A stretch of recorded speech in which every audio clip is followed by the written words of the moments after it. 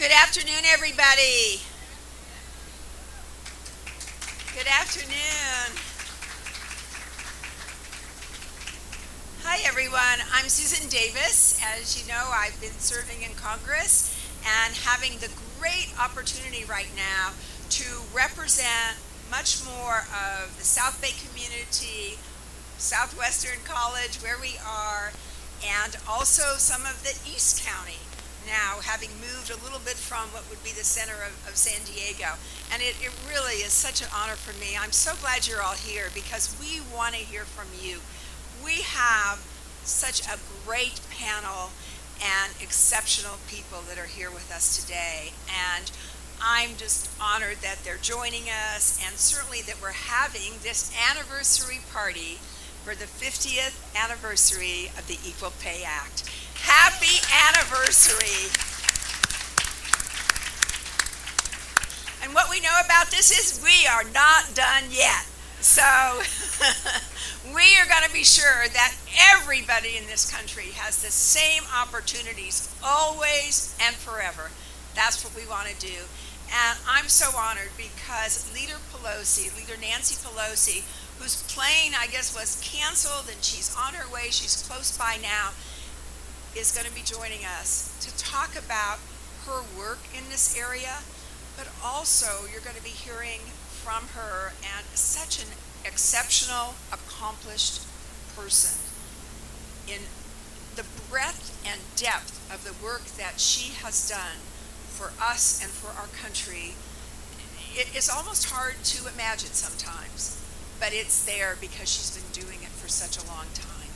And you also know that she's been the highest ranking woman in the country, legislator and member of Congress in line for the presidency.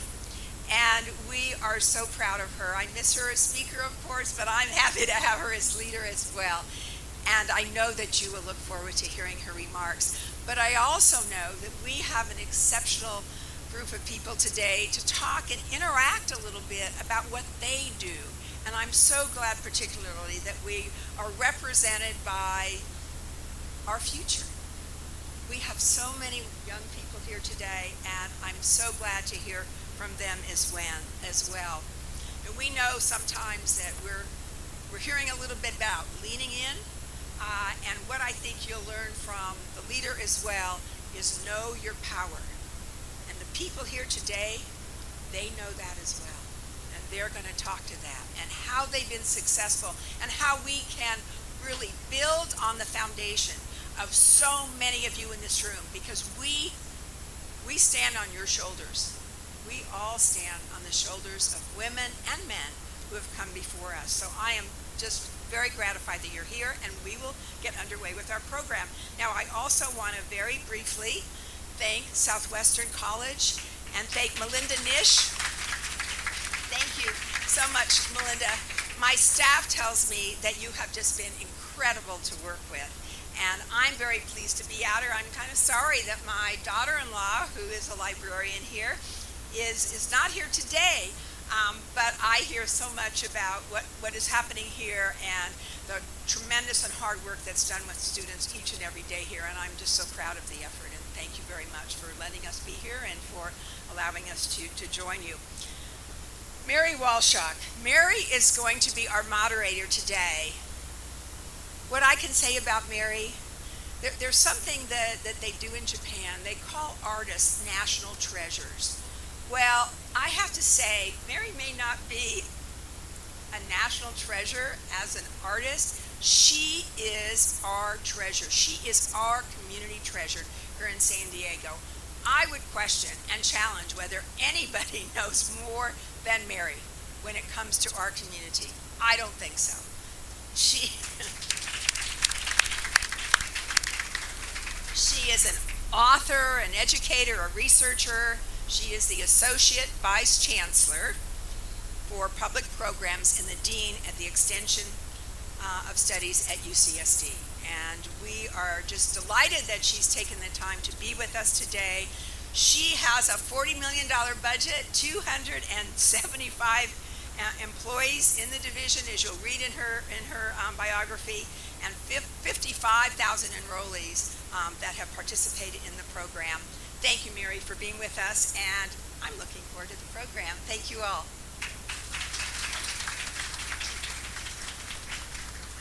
Now we're going to start with the color guard from Troop 5260 of Chula Vista. They will be presenting the colors and leading the Pledge of Allegiance. All right, ladies, we're ready.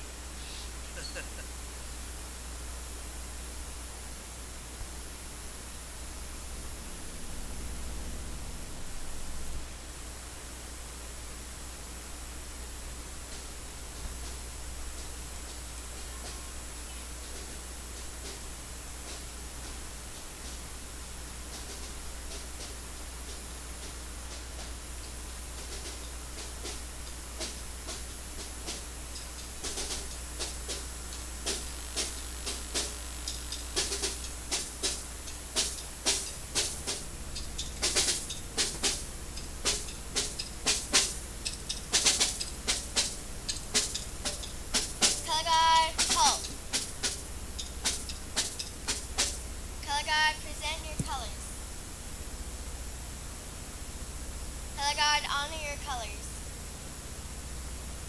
Please join me in the Pledge of Allegiance. I pledge allegiance to the flag of the United States of America, and to the republic for which it stands, one nation, under God, indivisible, with liberty and justice for all. Color guard, attention! Mark, time, cut!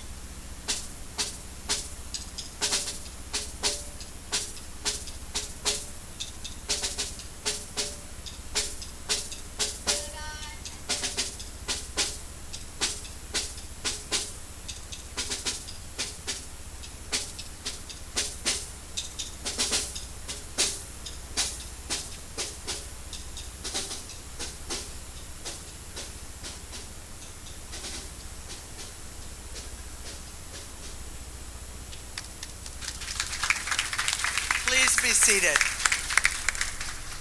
Panelists as well. I also have the privilege of acknowledging all the elected officials who are here today, Congresswoman Davis, and I'm sure you will meet Leader Pelosi. She's en route and will be here quickly. But let us acknowledge, and could I just name names before everybody applauds? Cheryl Cox, the mayor of Chula Vista, is here. Representing Barbara Boxer's office, Caridad Sanchez. San Diego City Council member David Alvarez. National City Council member Alejandra Sotelo Solis. Southwestern College Superintendent Dr. Melinda Nish. Southwestern Community College Governing Board President Humberto Peraza, along with board members Norma Hernandez, my old friend, Tim Nader, and Nora Vargas, and representing the Grossmont College District, Ann Kruger. Wonderful to have all of you here for this exciting conversation. So here's what we're going to do. You have biographies on our three panelists in your programs. So I'm not going to give lengthy introductions. What we are celebrating today is an extraordinary event, the passage of the Equal Pay Bill. I have to confess to you that I kept thinking in my mind it was 30 years ago that this happened, because I'm in deep denial about my age. But it was actually 50 years ago.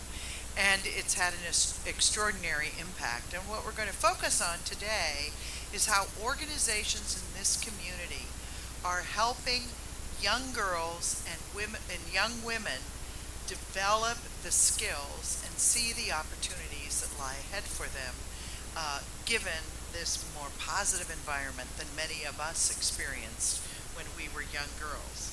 But first of all, we're going to have some welcoming comments by a very gifted young woman who is the student representative of the Hermanitas program, MANA of San Diego. Darcy Vargas.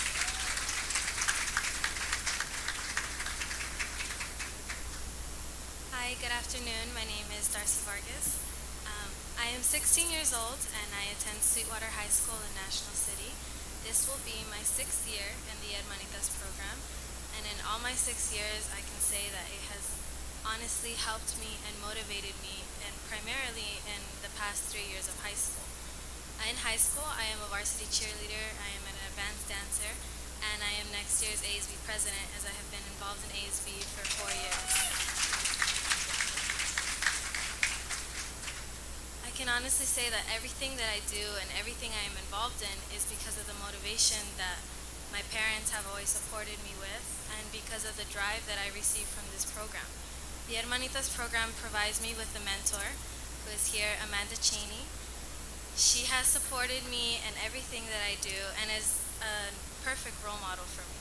I am the oldest of 4 girls, and I honestly think that I have to be that role model for my sisters. And even though my mom is always there, my mom never graduated college. She has always pushed me to go on to a higher education because she never has. And through the Hermanitas program that she has seen all the opportunities, she also knows it is never too late. And in one class at a time, my mom is also back in school. And I hope one day we can both graduate. The Hermanitas program provides us with monthly seminars that teach us about higher education. They have taken us to visit college campuses, and not only for higher education, but for what's past that, for what's in our future as a profession. We are mentored by lawyers and by people following their dreams, going on to continue their master's degrees. And this is something completely new to me. My family, who motivates me, some of them have barely even made it past high school. And all my older cousins, I'm proud of them because I have 2 of them in college, and I have one of them who just got his teaching credential. And it is people like that that I have not been used to, that push me, that motivate me to be a future leader, to be different from other people. I know a lot of people see women of color as a minority, or even women in general as a minority. But I know that young ladies like myself who are pushed by this program know that we are a lot different. We know that we have a brighter future for our families, for our country. And I hope that you guys see the Hermanitas program pushes a lot of young women that honestly don't get this opportunity at home. A lot of them who have mothers like my own who haven't graduated, who maybe don't have the financial stability, but do have the motivation to prove people otherwise. It is sad to see sometimes that some women can't look at themselves the way I can see myself as a future leader. And I believe it is programs like this that is important to have, that oftentimes they are not offered these resources. They are not offered the opportunity to be involved in programs like these that not only motivate you but set standards. The Hermanitas program sets a certain GPA, for example, for the CSUs, that they make us have attained these GPAs in order to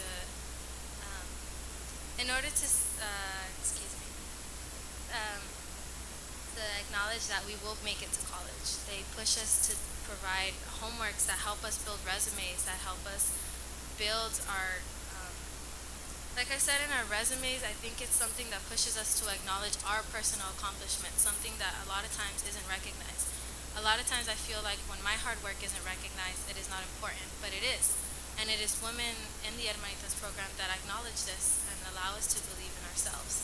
So I hope you guys see, when you interview these panelists, the importance of programs like the Hermanitas programs and how it has impacted me and other young ladies like myself.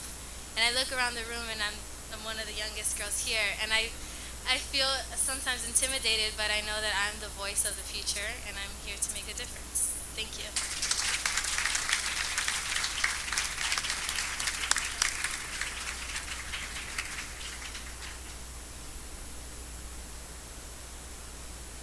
I forgot to introduce one additional politician, and then we're going to start our discussion. And she's also a good friend, Mary Salas, who is a councilwoman from Chula Vista. My apologies, I saw you sitting there. Well, Selena, we're going to Caprio, we're going to begin with you since you have this wonderful model of what the MANA program is accomplishing. And I have a couple of questions for you to get the ball rolling. And the first is to really focus on the kinds of opportunities that are being created for young women in South County in this region compared to those that are available to young women in other parts of the county, the state, or the country. Question, Mary. I think we live in a Pull the Hello? All right. good. I'm going to have to be close to the microphone then. We live in a very unique place, I think, in our country. We're very close to an international border, and we have a community that is extremely diversified with backgrounds. And I think we owe it to ourselves as a community to work together as a team to make each individual a better person to give back. Mana de San Diego, one of its main programs is the Hermanitas programs, and it's the largest one of its kind in the nation, and I believe it's the only one of its kind in San Diego. We have girls representing 40 schools across the district from Chula Vista to National City, and our girls are ages between 12 and 18 years of age. All of these girls are considered to be at risk because they are a minority, their parents did not finish high school, they're not familiar with the education system in the U.S., and do not have a peer structure at home that's going to, as Darcy say, push them to say this is the other side of the coin. Our work pretty much involves empowering them to see and think outside the box, to make better educated choices. I always get asked the question, are you teaching them to be good mothers? Because we're in a Latino community. And I always say I try to teach them to make the most wisest educated choice they can for themselves. And if becoming a mother is their choice in their life plan, they would have made it on their own as an educated choice. Our goal as a program is to make them finish high school, pursue higher education, and of course the biggest one is not get pregnant before they finish high school. Also, if that's their choice to have a family at a young age, we try to show them that you can have what you want, but you need to know that it will maybe deviate you a little bit from your path, or you're going to have to take extra measures to try to finish your goals in place. Our program offers, I think, this very unique opportunity within our community. Of course, we're all volunteer run, and we would like to help every girl in our community. However, as a nonprofit, we are limited by our funding and our resources and the women that are available to volunteer their time to be a role model. These women are all professional women within our communities, and I think it's the best role model for our young citizens to have a woman within their community with a similar background that has excelled and succeeded in their life, and not pretty much focus on what they see on television. This is an actual woman that went the same path you did. A lot of the girls and women in our program coincidentally went to the same high school, and now they see them as professional women. And I know Darcy is very motivated by her mentor Amanda, that she sees an actual person that she can touch and feel, that lives in her same background, grew up in her same city, and is a person who has succeeded in life. So those are the unique opportunities that I think our region offers. I'd like to mention also that we have a really good partnership with healthcare. For us as an organization to have our girls being integrated to our community as a whole and offer us much values that we as women and as a community can show them. And being a mother and now a grandmother, what I would say to Darcy and to all the young women in Hermanitas, you can do both. And both are worth doing. Talk a little bit before we move to Jody about the trends that you see occurring in the economy, maybe even in the world, Selena, that are changing the opportunities for young women of color, and what we as educators or a community can do to help them navigate those changes. Well, the trends that I'm seeing within our community is that more and more young women and minorities are graduating from high school and pursuing higher education. We are a nation of immigrants, and I think across the nation as a whole, as a new generations are growing up and finishing high school, we're seeing this very increased diversity within our school systems. I unfortunately still see the sad trend of young women getting pregnant, and that's not just to a women of color. It has to do with situations at home, financial struggles, or the education of their own parents. That is something that it makes me sad to still see it, as much as we work as a community to push them to finish high school and offer all of these programs, that we still see that increasing gradually. The numbers have not changed, I think, since I was in high school and I was faced with the same situation, that I had to make a difference and not fall under this category or this statistic. And I won't say how many years later, I still see the numbers and I think, oh wow, this is the same situation. So we it's were still a living. challenge. A challenge. I think as a community we need to promote funding for programs that still teach our youth, not only about finishing high school, because that's very important, but life choices. We forget that there's another component to the side of education, and it's the life choices. And the majority of our youth doesn't have that back home. So if we're able to teach them to make valuable life choices, those choices are going to translate into their education, their choice in career, and when they graduate and become an active member of their community, they're going to give back to our community as a whole. So I would encourage greatly to not forget about funding those programs that are, individually touching lives, that are not only saying, yes, you need to finish high school with a great GPA and go to an Ivy League school. You need to also be a person of value in your community. Well, that's a nice segue to Jody Jacob, who is the CEO of Girl Scouts. And Selena was talking about how important it is to have the skills after high school that you need to both serve society but also to get a job. And I know the Girl Scouts has been putting a lot of emphasis on what's called STEM, right? Science, technology, engineering, and math. Welcome.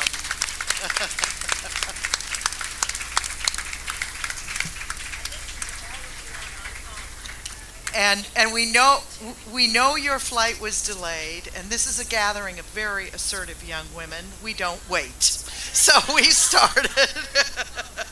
Wonderful that you could follow it, and we're just moving to Jody Jacob, who is the CEO of the Girl Scouts here, and they're doing some wonderful things to not only prepare women for the future generally, but to help women start thinking about science, technology, engineering, and math as competencies that are going to be important in their futures. So, weigh in, Jody.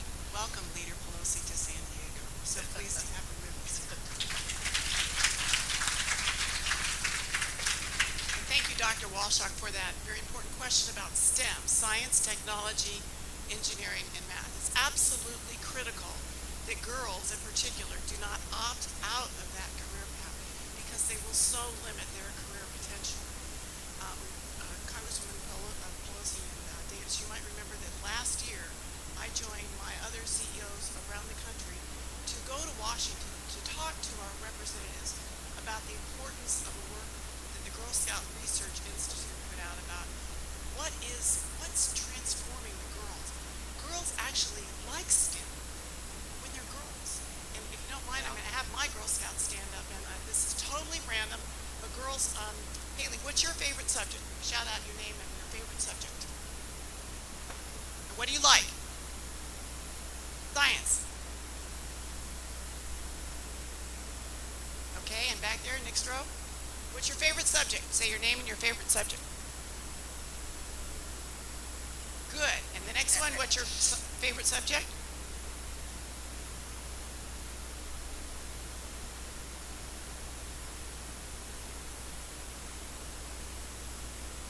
So what you're seeing from the girls today,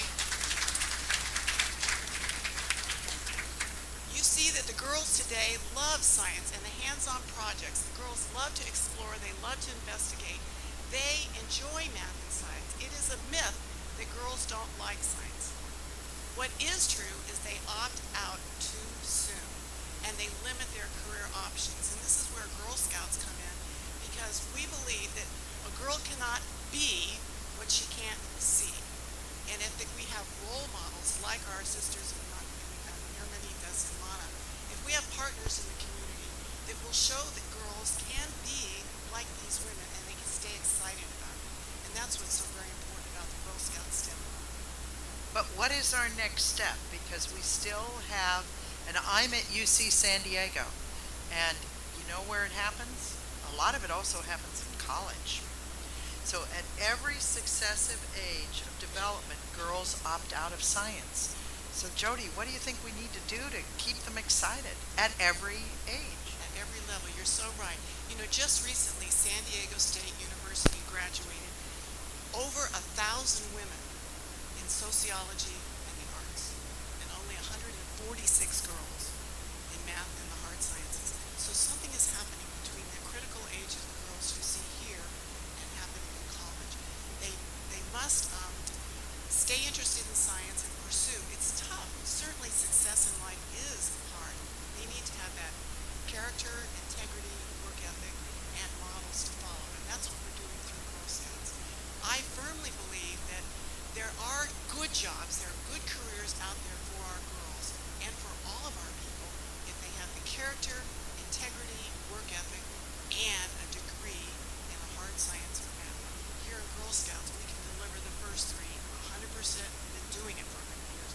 We need to encourage our girls to make sure that they stay in math. And Jody, I think we at Southwestern College and SDSU and UCSD need you to talk to some of our faculty, because Jody said something really important: hands-on, solving problems. Science helps you solve problems. And I think what the Scouts are doing is showing young people, right, how you can use science to solve a problem.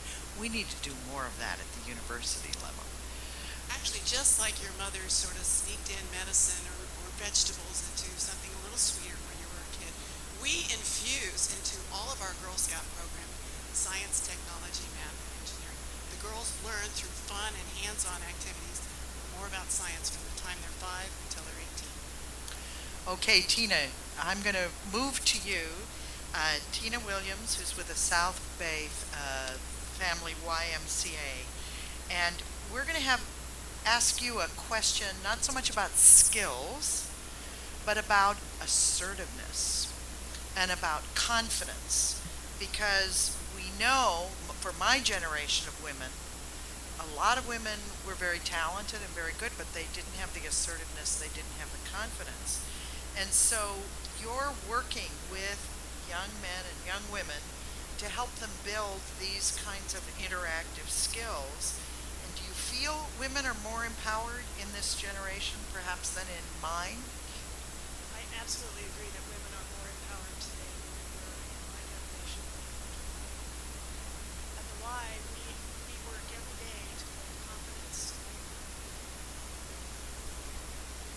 that through our programs that give them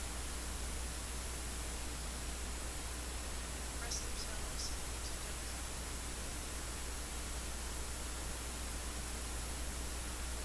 For example, we have a program that is 80% of folks who participate in that program. That program is a mock legislative program. Kids actually go to second grade. Have a program, they pass bills, they write, they pass bills, and advocate for legislation. But 80%.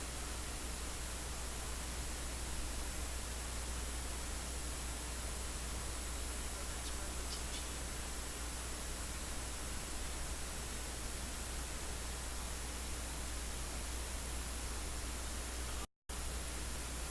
Better becoming leaders and showing other young girls how to be successful and how to move on and be confident and determined in everything that they're doing. The other thing the Y is very well known for and very good at is sports, right? And despite Title IX, we're still not seeing the equality in athletics we'd like to see. In fact, there are a lot of disparities. And what do you think we need to do to encourage women to stay in sports and to help grow women's sports activity in this country? I think we have made a lot of progress, and there's still much work to be done in making sports equal for women. I think most of it is related to access. So many of our neighborhoods still, there there's no place for kids to play. There's no place for them to be able to get outside and be in a safe environment. I think we have to continue to provide access and equal opportunity for girls to participate in sports and provide them the same opportunities that Certainly that's what the Y does in this city. in our Y programs, our sports programs are commingled, and so everyone has equal opportunity to participate. We launched a program this last weekend in conjunction with the Hall of Champions and Padres, which was junior art program. The girls were right out there. Good. Good for you. Good. So, Leader Pelosi, have you caught your breath? And you can sit or stand, but I think everyone in the audience is looking forward to getting some comments from you and then maybe a little Q&A before Susan wraps up our program. As you like it, shall I be here? Then I can see everyone. Yeah, come up here.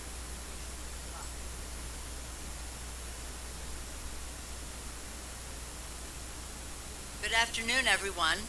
It's an honor to be here with you. I was in a little bit in and out on the phone, as depending on the bumps in the road, but I did get the spirit of the presentation right from the start, including the beautiful Girl Scout pledge to the flag and the colors and the rest.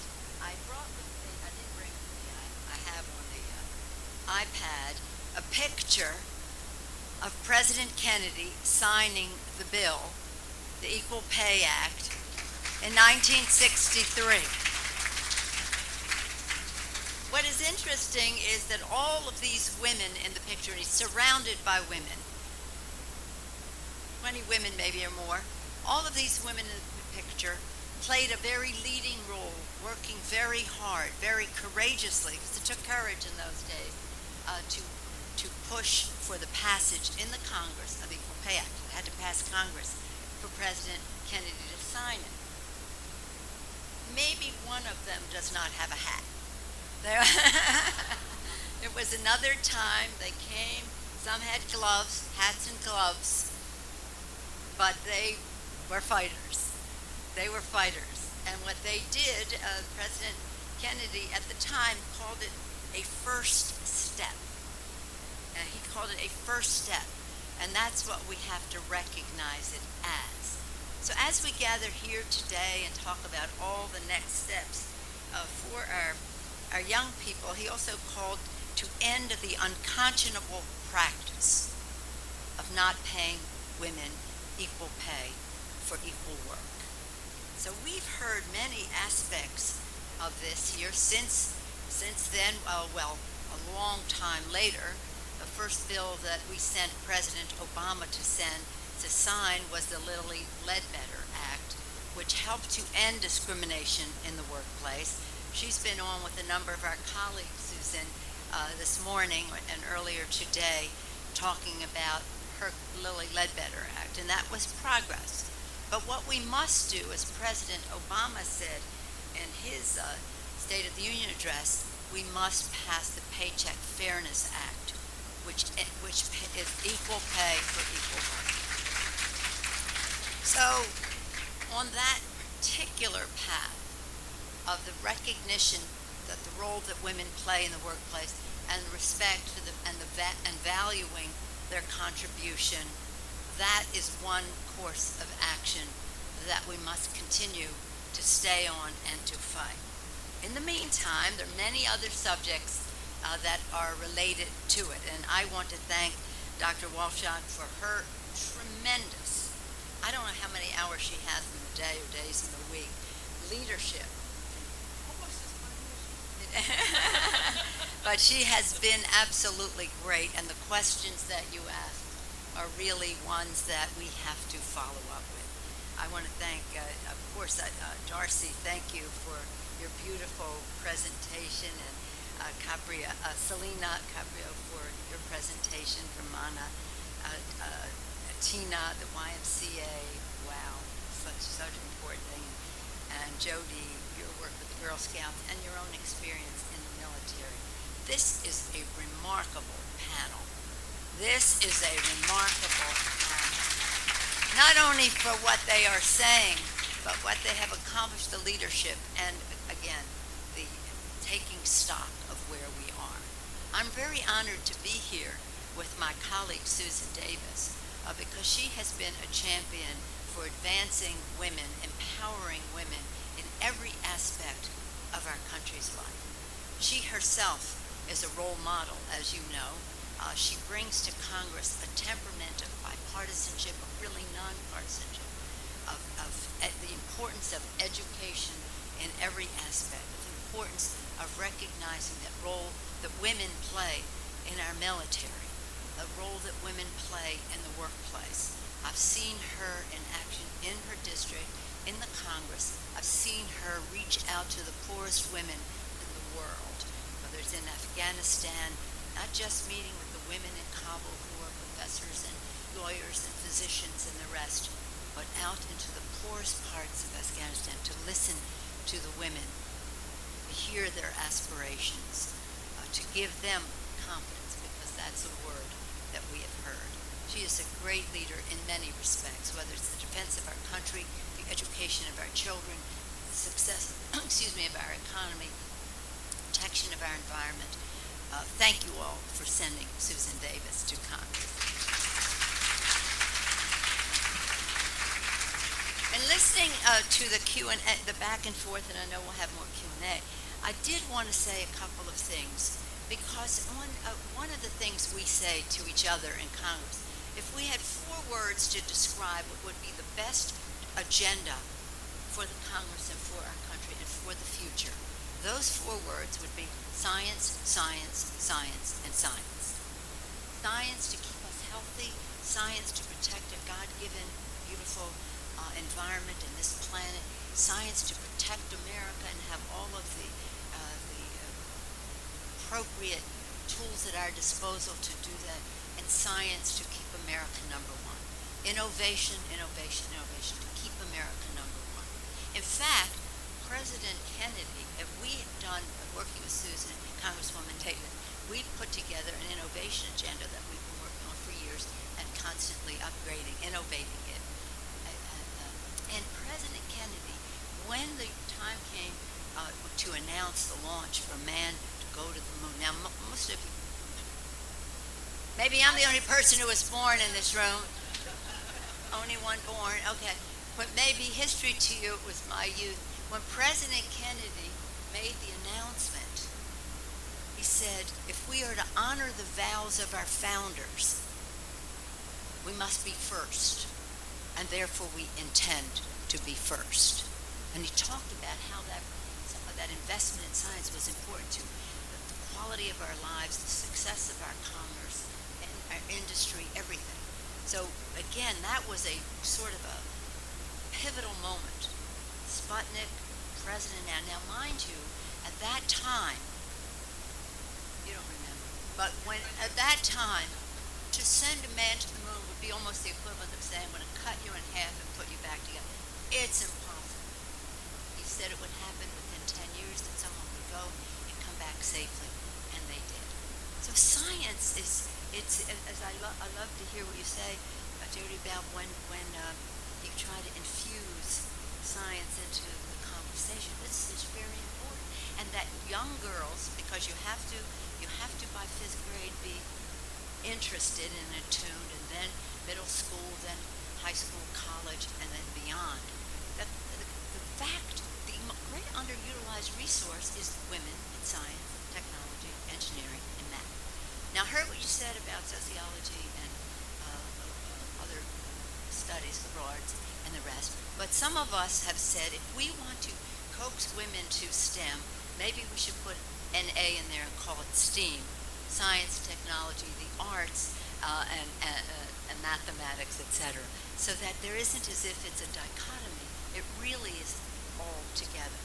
In fact, some of the in the room where we have science and technology, which are committee of the Congress, in that room, on the wall is a quote from Tennyson about, if I could look into the future as far as the eye could see, the poetry and the science possibilities at the time of the Romantic poets went together. The scientists encouraged the poets to talk about the stars and the oceans and nature and science. Newton, he was much earlier, but of Newton. And the poets encouraged the scientists to speak in more poetic terms, more understandable terms, so that there would be this connection. So it's very connected. But the fact that girls of my generation, well, forget that, even my daughter's generations, were told, well, if you want to be this or that, you'll have to really work hard and study science. Well, yes. Why are you even making a thing of that? This is really, really, really important. So I thank you all for what you're doing to promote that. I loved hearing the array of subjects that were the favorite of the Girl Scouts, and it is really, aren't they adorable? I mean, they're adorable, but anyway, aren't they strong young women? The other thing is that I was hearing you say, Darcy, on the way over, was about your mom and just understanding your own power. So I brought you a copy of my book, which is called Know Your Power. And as I see empowering young women on the wall, this is really important, that everybody has the confidence that the doctor was talking, the confidence as to what you are. And you cannot let anybody minimize that. Are we assertive enough in the rest? We are who we are. We are who we are, and that goes with our temperament and our timing on how we assert ourselves. So you don't have to be like anybody else. Just be like as who you are, and that's your strength. That's why I know your power. Now, what I signed it to her is I said to Darcy, you are the future.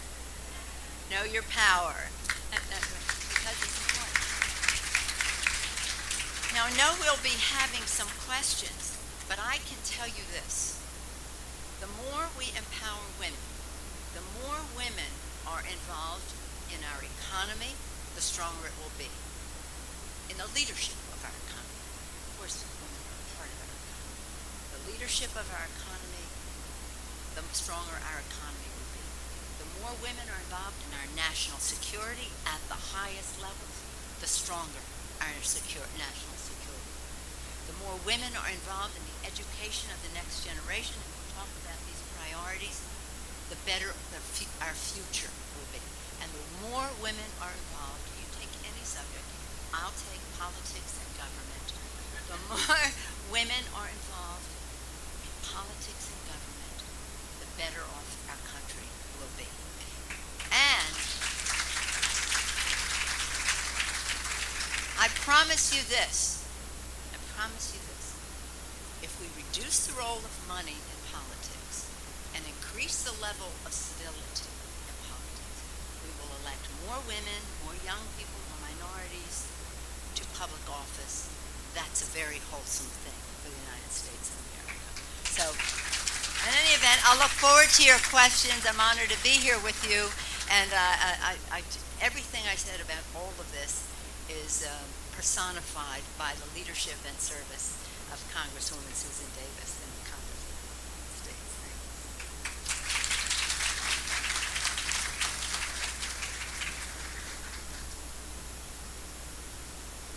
We're going to do a little Q&A now, and then Susan's going to wrap it up. And there's actually a meet and greet, so you will have a chance to talk with all of our distinguished panelists when we finish around 1 o'clock.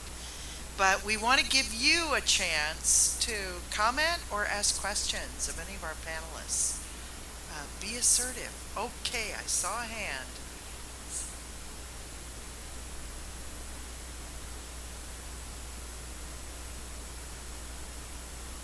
You've held so many positions within the House as whip, speaker, and now minority leader. Do you have a favorite, and do you believe that has helped or created hurdles to accomplishing goals in your own district? Oh, thank you for your question. Well, let me just say that certainly being the Speaker of the House is a tremendous honor. It is the third highest position in the country. President, Vice President, Speaker of the House, 3.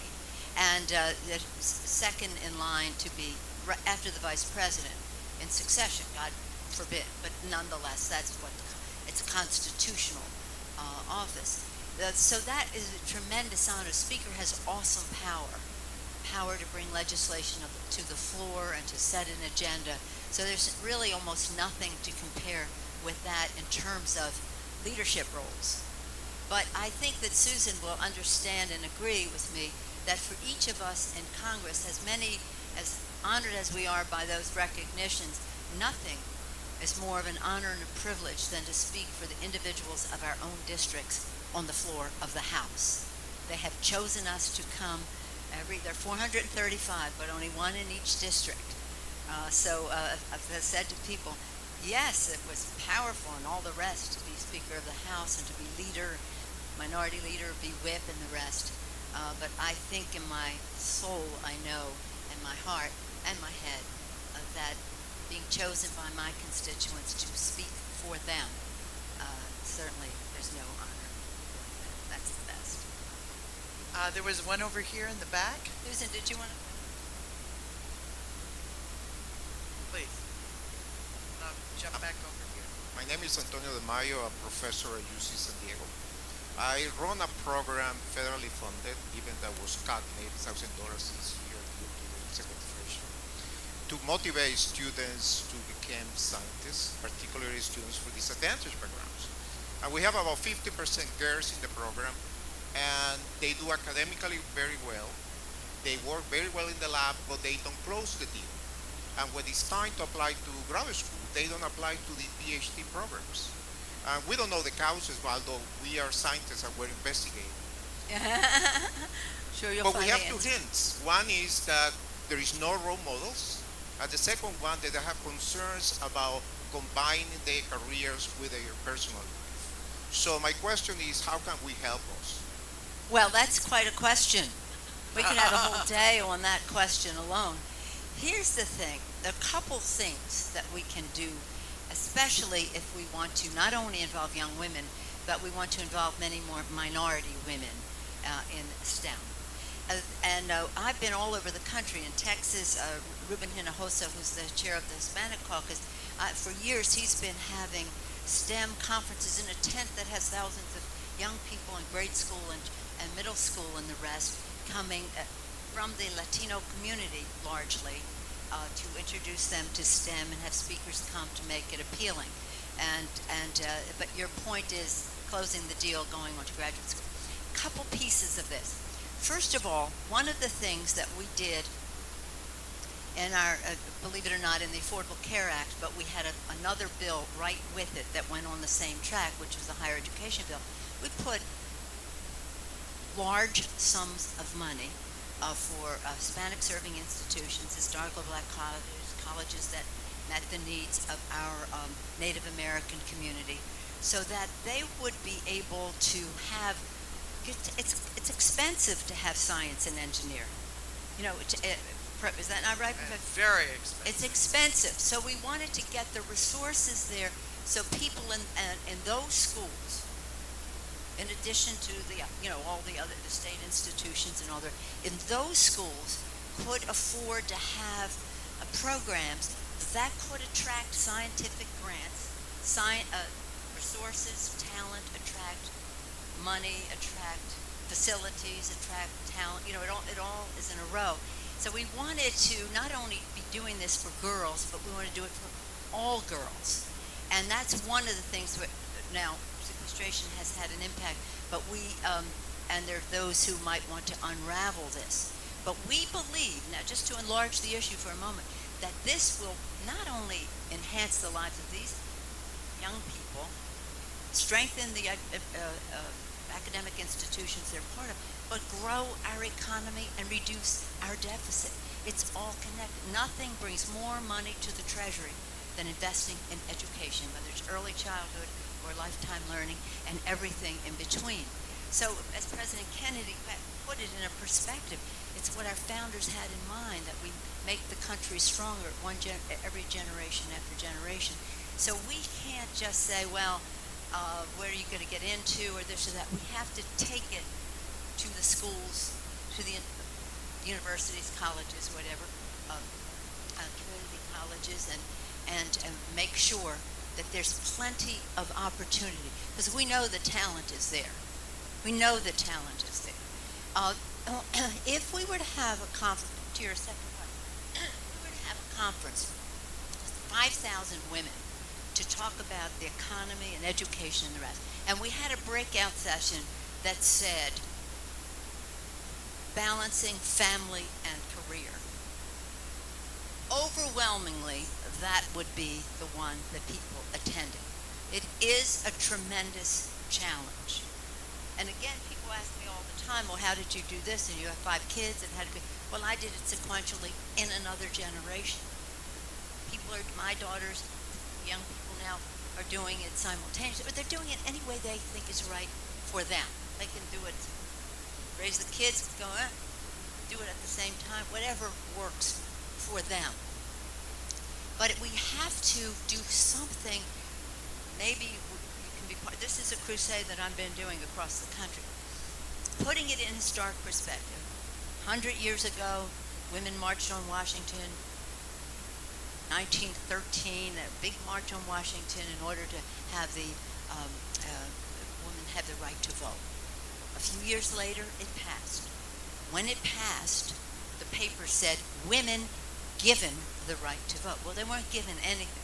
They fought hard for it. Our founders, our suffragettes, they fought hard for it. It took a long time. Women got the right to vote. Then, during World War II, women were in the workplace, helping in the war effort, Rosie the Riveter and all that. Then, higher education of women. Women in the professions, or in the workplace, or at home, as they chose. The missing link in all of it was affordable, quality childcare. And this is what we have to do to unleash the full power of women, so that they can make the choices that are right for them, at the same time reaching their fulfillment, their family's fulfillment, but also being empowered to make the best contribution to our society, to our economy, to our country. And I believe this missing link is something that we have to address. It has to be quality, it has to be affordable, right, and accessible. It was on President Nixon's desk in the 70s. It passed the Congress, it was on his desk. He vetoed the bill because there was a whole movement that said it was going to disrupt families and the rest of that. As if everybody who left home to work was doing it because it was disrespectful, frankly, of the judgment of women about their lives, their families, their situations, and how they could make their contribution. So that, I think, is the single biggest piece of part B. How do I manage my family? Now, my daughter, she has a school. She teaches kids art. She's MBA, Master's in Arts Education, Master's in Teaching Children with Disabilities.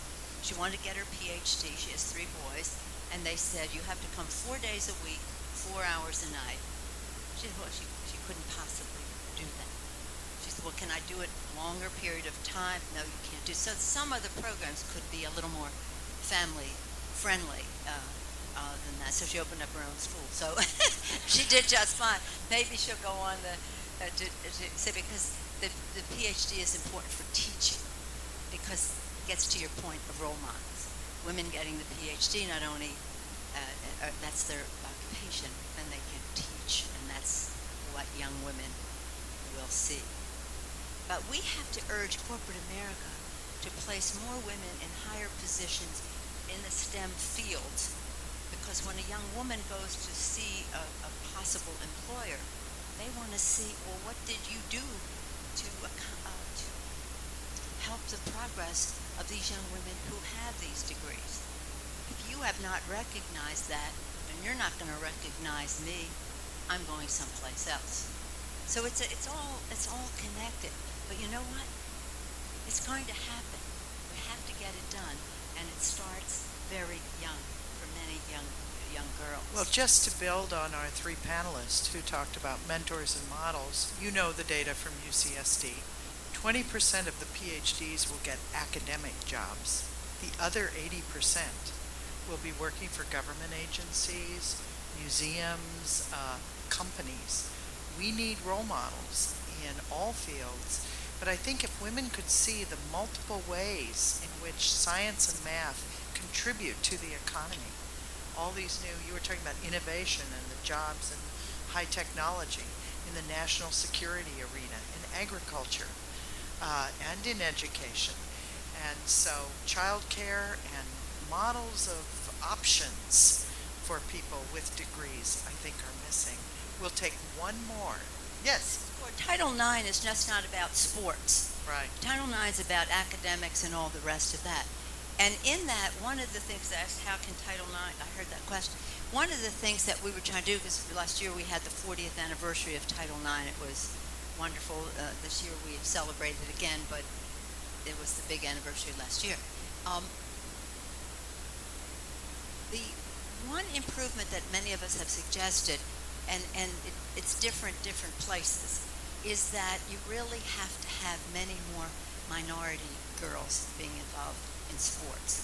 And how can you encourage that from happening? Well, I know my daughters, they have kids, they drive them to sports morning, noon, and night. Even though they have jobs, they have to drive them to sport. Now, how many moms in some of the minority communities have the freedom to do that? You know, it's like, well, what's the support for at home? Not that it's not desired, it's just hard to do. So there has to be some recognition that if the kids, you know, that everybody competes, wants to win, right? And these young girls want to compete to win, they have to have, there has to be a recognition that we have to help lift them up. So that, and because it's not just about sports, although that might be the manifestation of it at the moment. There was a question there, the blonde person. Woman, I could just see the top of your head. I'm Ann Hoiberg, and I'm president of the Women's Museum of California, and we love history, of course. So today we're celebrating Edith Green, the Congresswoman who wrote the Equal Pay Act. Yes. Now, Edith Green was a phenomenal woman. She went on to work with Patsy Mink, and they wrote Title IX. And then there's also Martha Griffiths, who was involved in the Civil Rights Act. And what is the point of what I'm saying? We need more women like Nancy Pelosi.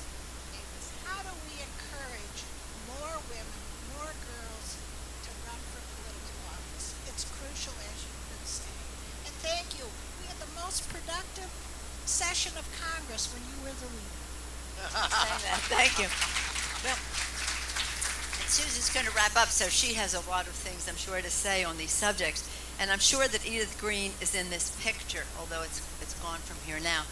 But, you know, I just want to tell you this Patsy Mink story, because she and they all worked together. This is before we were in Congress a long time ago. But Patsy Mink was the first of everything. First Japanese American woman, or maybe even Japanese American, to be admitted to Michigan Law School. The first this, the first that, first everything. Her parents, her father was like an engineer, but when they came to Hawaii, all he could do is cut sugar cane, all that stuff. And that was how she grew up, as a little girl crawling beside them as they cut sugar cane. She's so brilliant. And then she, one thing and another, the first of this, that, and the other thing, she comes to Congress. She decides that we're going to have Title IX. It was not a hospitable atmosphere.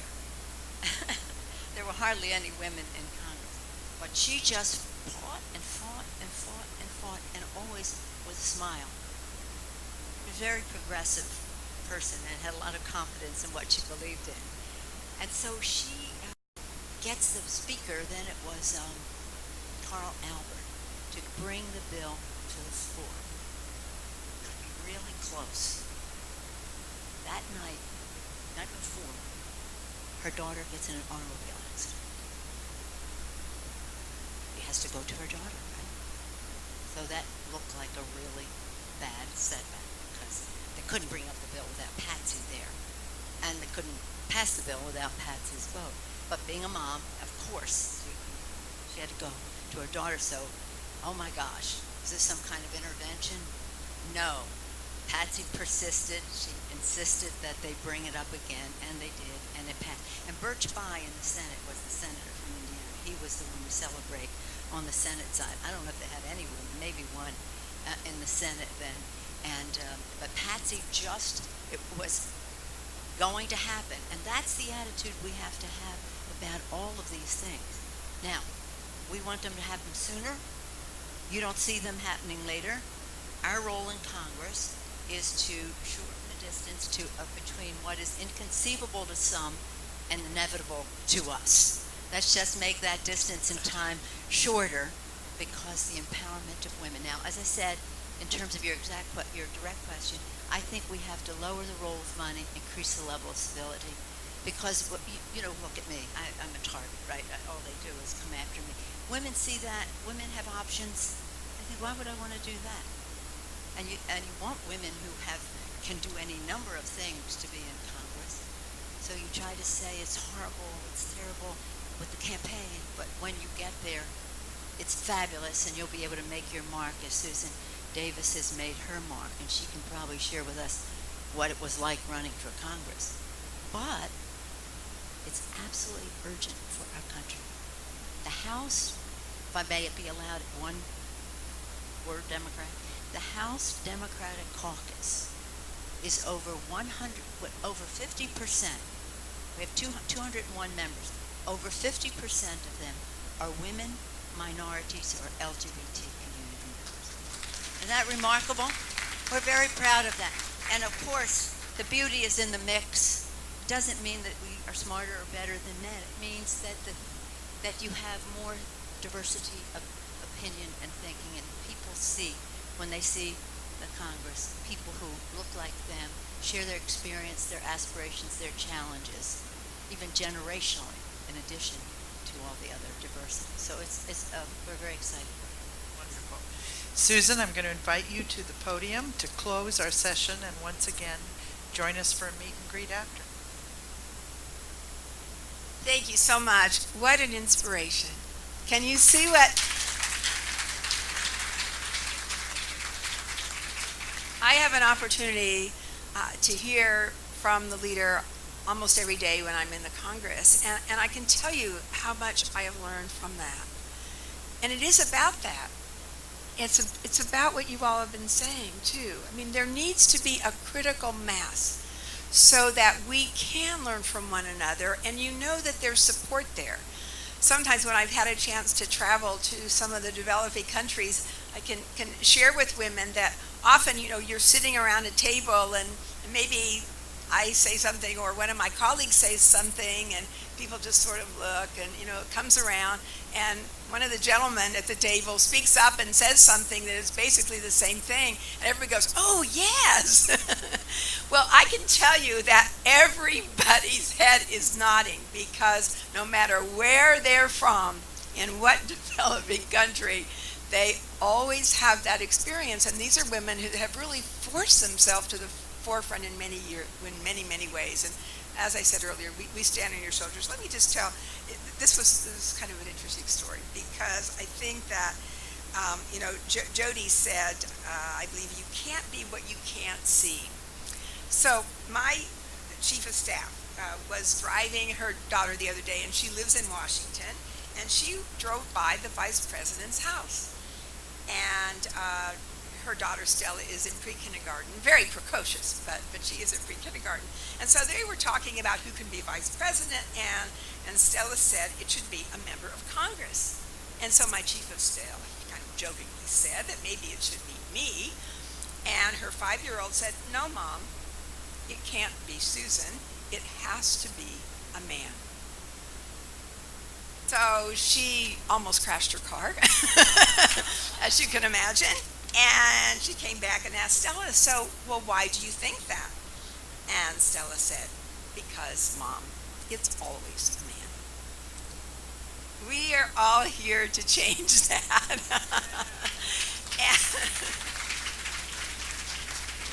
From the discussion today, I know that that's something that you work on every day. I think as it was asked about the STEM field and the STEAM field, I think we need to acknowledge and recognize how cross-fertilization of fields is so critical and so important.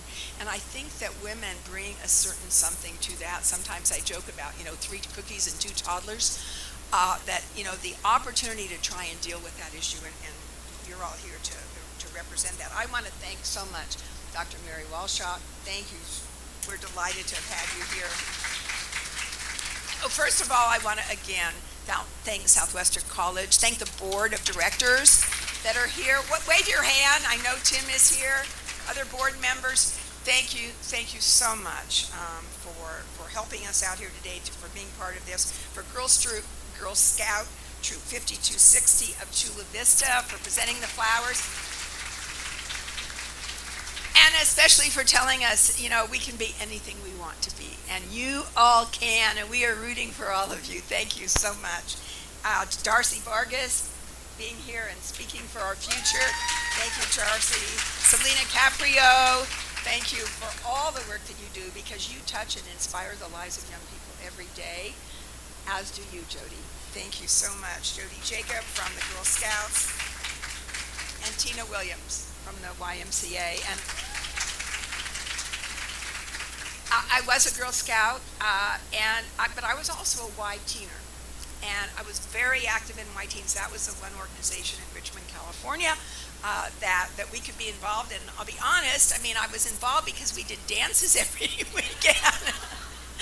But it was a wonderful time to learn and grow. And when I think about that experience, Y meant an awful lot to me, as did Girl Scouting. So thank you all. Thank you all for being here. I hope you will have a chance to stand and mingle, and to have a chance to meet with a leader as well. Peter wants the last word.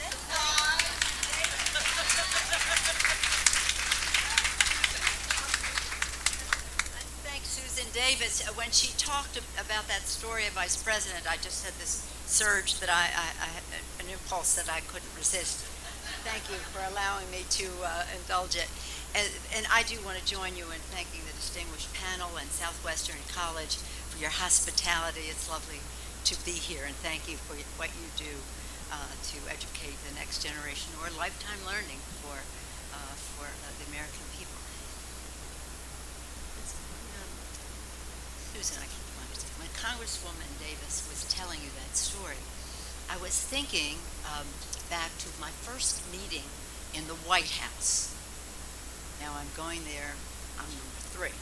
I'm going to the White House, and I wasn't apprehensive about it because I had been to the White House. We go to the White House whether it's on issues. I was an appropriator and an intelligence committee person, so I was there quite a bit. So I didn't even think about it. It was just like another meeting. So I went in the room. Now this is my first meeting as a leader of the Democrats in the House of Representatives.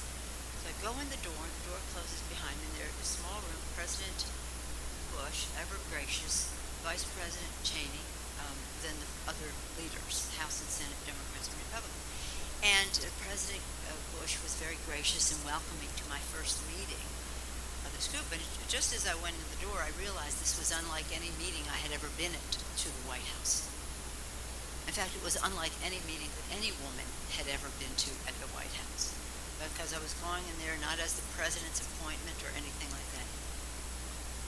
My power derived from the Democrats in the House of Representatives, so I was sitting at the table as representative of another branch of government, the first branch of government, the legislative branch. Anyway, President Bush starts to talk in a very lovely, gracious, welcoming, welcome, blah, blah, blah. While he's speaking, I lost track of him because I felt really closed in on my chair. It was like packed and jammed on my chair. I didn't know what was going on. I wondered what he was thinking, what was going on. Anyway, what I realized in an instant was that I was not alone in that chair. On the chair, with me, this never happened to me before or since, but on that seat were Elizabeth Cady Stanton, Susan B. Anthony, Lucretia Mott, Sojourner Truth, Alice Paul, you name it. All of those women worked so hard for women to have a right to vote. heard them say, "At last we have a seat at the table."